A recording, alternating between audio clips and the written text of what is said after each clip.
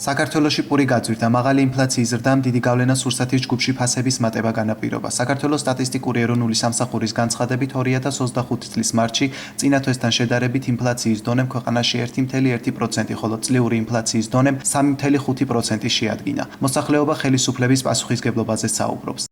ყველაფრის ფასი იზრდება, ბორჯომი გახდა 2.40. როიდაგდე ბორჯომიო წყაზე ვიცხოვრებთ, ცხოვრობთ ხო? რისგან არის ყოველივე ეს გამოწვეული? აბა რა გითხრი. უცხირო ხელფასი იმატებსო, მაგრამ იმატებს მაღალი შანონშები, დაბალი შანონშები დარჩა იგივე დაბალი ხელფასები და ბატონი არა ყავს ქვეყანაზე რა. რა მოუმატო. ბევრი ისეთია, რომ პურის ყიდვის საშუალება არ აქვს. ხო ცოდონი არიან ის ბავშვები ეწოდებოდნენ. ბავშვები რო დაიზარდნენ. ცოდონი არიან, ბევრი დედა ისია, რომ ზოგადად სიზარმაცეც ბევრი აქვს.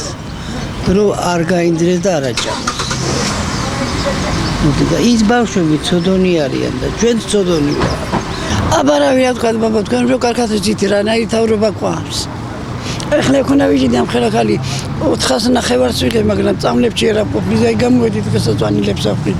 რომ მიჩის ძალიან რა სამწუხარო ფაქტია, რასაკვირველია, მაგრამ იყო მოსალოდნელი და მე ამ პროცესებთან დაკავშირებით ველოდები, რომ კიდევ უფრო მოიმატებს არა მხოლოდ პურის, არამედ სხვა საყოფაცხოვრებო პროდუქციის ფასიც. პურთან ერთად თითქმის ყველაფერი ძვირდება.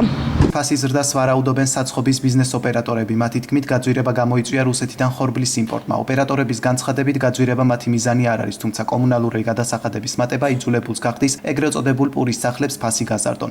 Ქვილი საიდანაც მოგაქვს, ისინი აძვირებთ. ჩვენც ვაძვირებთ. ნუ ჯერ არ გაგვიძვირებია, საგანძეთ შევიკავეთ თანხას, არ გავაძვირებთ. მე გაძვირდება. ყოველ კვირა 1 ლარით იმატებს. რამდენი იყო ფასი და რამდენი შეიძლება გახდეს? 52-იც იყო, მე ნელ-ნელა ავიდა 58-ამდე. და კიდე მიდის. გაძვირდება აუცილებლად. ჩვენ არ გვინდა რომ გავაძვიროთ, მაგრამ ახრათ ჩვენ სხვა გზა არა გვაქვს. გაზი ძვირია. ქვილი გაძვირდა და ვარაფერი დაგვჭა ჩვენს ხოშრომობთ, ხო რაღაცა გვინდა რომ დაგვჭეს.